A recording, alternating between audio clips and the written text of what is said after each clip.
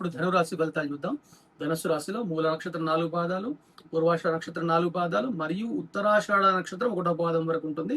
వీరికి ఆదాయం 11, వ్యయం 5, రాజ్య పూజ్యత అంటే గౌరవాలు 7, అవమానాలు 5గా ఉన్నాయి.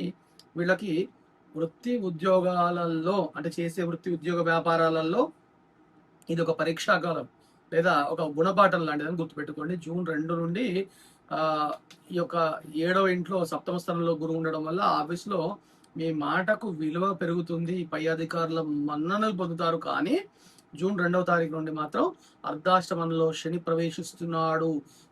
ఆల్రెడీ ఉన్నాడు కాబట్టి అష్టమంలో గురువు కూడా తోడవుతున్నాడు కాబట్టి వృత్తి ఉద్యోగ వ్యాపారాలలో తీవ్రమైనటువంటి ఒత్తిడి ఉంటుంది. అకారణంగా నిందలు పడతారు, జాగ్రత్తగా ఉండండి. స్థానచలనము అయ్యే అవకాశం ఉంటుంది. ఆ సమయంలో ఎవ్వరితో వాదన చేసుకోకండి. మళ్ళీ అక్టోబర్ 31 తారీఖు తర్వాత 9వ ఇంటికి గురువు మారిన తర్వాత మీ యొక్క దశ మారుతుంది. పాత సమస్యలన్నీ తీరిపోయి అనుకూలమైనటువంటి ఫలితాలు పొందుతారు.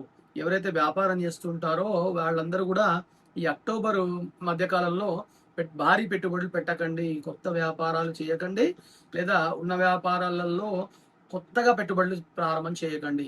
ఈ సంవత్సరము ఈ ఆదాయ వ్యయాలు ఎలా ఉన్నాయంటే వీళ్ళకి రాబడికి లోటు ఉండదు. అంటే అనుకూలమైనటువంటి సమయాలలో అనుకూలంగా డబ్బు వస్తుంది. కానీ అర్ధాష్టమ శని ప్రభావం వల్ల ఇంటి మరమ్మతులు, అదేవిధంగా వాహనాల రిపేర్లు, కుటుంబ సభ్యుల యొక్క ఆరోగ్యం కోసము ఊహించని ఖర్చుల మీద పడే అవకాశాలు కనబడుతున్నాయి. కాబట్టి జాగ్రత్తగా ఉండండి. ముఖ్యంగా జూన్ 2 నుండి అక్టోబర్ మధ్య కాలంలో చేతిలో డబ్బులు అనేవి నిలబడవు. వీళ్లకు మొదటి నుండి అలాంటి పరిస్థితి ఉంటుంది కాబట్టి డబ్బులు జాగ్రత్తగా కాపాడుకోండి. ఇక డిసెంబర్ 6 వరకు 3వ ఇంట్లో రాహు ఉన్నాడు కాబట్టి పాత బాకీలు లేదా విదేశాల నుండి రావాల్సినటువంటి డబ్బు అనేది మీకు సమయానికి అందుతుంది. డిసెంబర్ తర్వాత ధనస్థానంలోకి రాహు ప్రవేశిస్తాడు కాబట్టి ఆ సందర్భంలో అంటే 2లోకి రాహు వచ్చిన మరుక్షణం మీరు పెట్టుబడుల విషయంలో అత్యంత జాగ్రత్తగా ఉండండి. ఎందుకంటే చాలా మార్పులు వచ్చేస్తాయి. రాహు ఆకస్మికమైనటువంటి మార్పులకు అధిపతిగా ఉంటాడు కాబట్టి జాగ్రత్తగా ఉండండి. ఇక కుటుంబ వాతావరణం గురించి మాట్లాడదాం. కుటుంబ వాతావరణము చాలా ఇబ్బందిగా ఉంటుంది కాబట్టి జాగ్రత్తగా ఉండండి, జాగ్రత్తగా మాట్లాడుకోండి. మొదటి సంవత్సరం ప్రారంభం నుండే ఇబ్బందిగా ఉంది. ఇక అది కాకుండా శని ప్రభావం వల్ల తల్లి యొక్క ఆరోగ్యం కూడా అనుకూలంగా ఉండదు. కుటుంబ సభ్యులతో చిన్న చిన్న గొడవలు వచ్చే అవకాశాలు ఉంటాయి.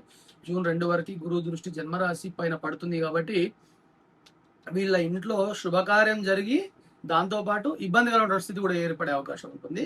డిసెంబర్ 6 తర్వాత వాక్స్థానం అయినటువంటి 2వ ఇంటికి రాహు మారుతాడు కాబట్టి మొదటి నుండే వీళ్ళ మాట కఠినంగా ఉంటుంది, ఇంకా కఠినంగా మారుతుంది. దీనివల్ల బంధుమిత్రులతో విరోధాలు రాకుండా జాగ్రత్త పడండి. అంటే ఆచితూచి మాట్లాడండి. ఇక ఆరోగ్యం ఎలా అంటే ఈ సంవత్సరము ఆరోగ్యం అస్సలు నిర్లక్ష్యం చేయకండి. ఎందుకంటే వీరికి గుండె సంబంధమైనటువంటి లేదా ఛాతి సంబంధమైనటువంటి సమస్యలు వచ్చే అవకాశాలు ఉన్నాయి. లేదా జీర్ణకోశ వ్యాధులు ప్రబలుతాయి వీళ్ళకి. అంటే ఆ డైజెషన్ ప్రాబ్లం, నిద్ర లేకుండా ఉండడము, నిద్రలేమితనం ఉంటుంది.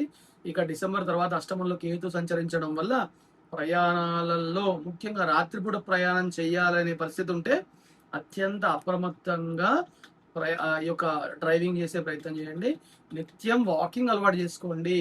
గుండెకు సంబంధించినటువంటివి ఏదైతే వ్యాయామాలు ఉంటాయో అవి జాగ్రత్తగా అంటే వీళ్ళను ఎవరైనా నిపుణుని సంప్రదించి ఆ గుండెకు సంబంధించినటువంటి వ్యాయామాన్ని చేసే ప్రయత్నం చేయండి. ఇంకా చిన్న చిన్న పరిహారాలు చెప్తాను. ఈ పరిహారాలు ఆచరించడం ద్వారా కొంచెం అనుకూలమైనటువంటి ఫలితాలు పొందే అవకాశాలు ఉంటాయి. అంటే ఇది చేయడం ద్వారా మొత్తం మారిపోతుందని చెప్పట్లేదు, అది గుర్తుపెట్టుకోండి. అర్ధాష్టమ శని ప్రభావం ఉంది కాబట్టి ఈ శని ప్రభావం తగ్గడానికి ప్రతి శనివారం నాడు అవకాశం ఉంటే శివాలయంలో లేదా విష్ణు ఆలయంలో దర్శనానికి వెళుతూ ఉండండి. దాంతోపాటు ఎప్పుడైనా వీలుంటే ఆకుపచ్చని వస్త్రాలు దానం చేయండి. గురువు యొక్క బలాన్ని పెంచుకోవడానికి దత్తుడి ఆరాధన ఎంత చేసేంత లాభం. పేద విద్యార్థులకి అవకాశం ఉంటే పసుపు రంగు వస్త్రాలు కానివ్వండి, లేదా పుస్తకాలు కానివ్వండి, లేదా వస్త్రాలు అంటే ఇంకా వాళ్ళకి ఏదైనా ఉపయోగపడేటువంటి వస్తువుల్ని దానం చేసే ప్రయత్నం చేయండి. డిసెంబర్ 2 తర్వాత ద్వితీయ స్థానంలో రాహు, 8వ స్థానంలోకి కేతువు వస్తున్నారు కాబట్టి వీళ్ళ ప్రతికూలతలు తొలగిపోవడానికి అవకాశం ఉంటే ఎక్కడైనా చండీ హోమం అవుతుంది కదా, ఆ చండీ హోమానికి సంబంధించినటువంటి దానిలో పాలు పంచుకోండి. అంటే వస్తు రూపంలో గానీ, ధన రూపంలో గానీ, శ్రమ రూపంలో గానీ పాలు పంచుకునే ప్రయత్నం చేయండి. తప్పకుండా మీకు ఫలితం ఉంటుంది.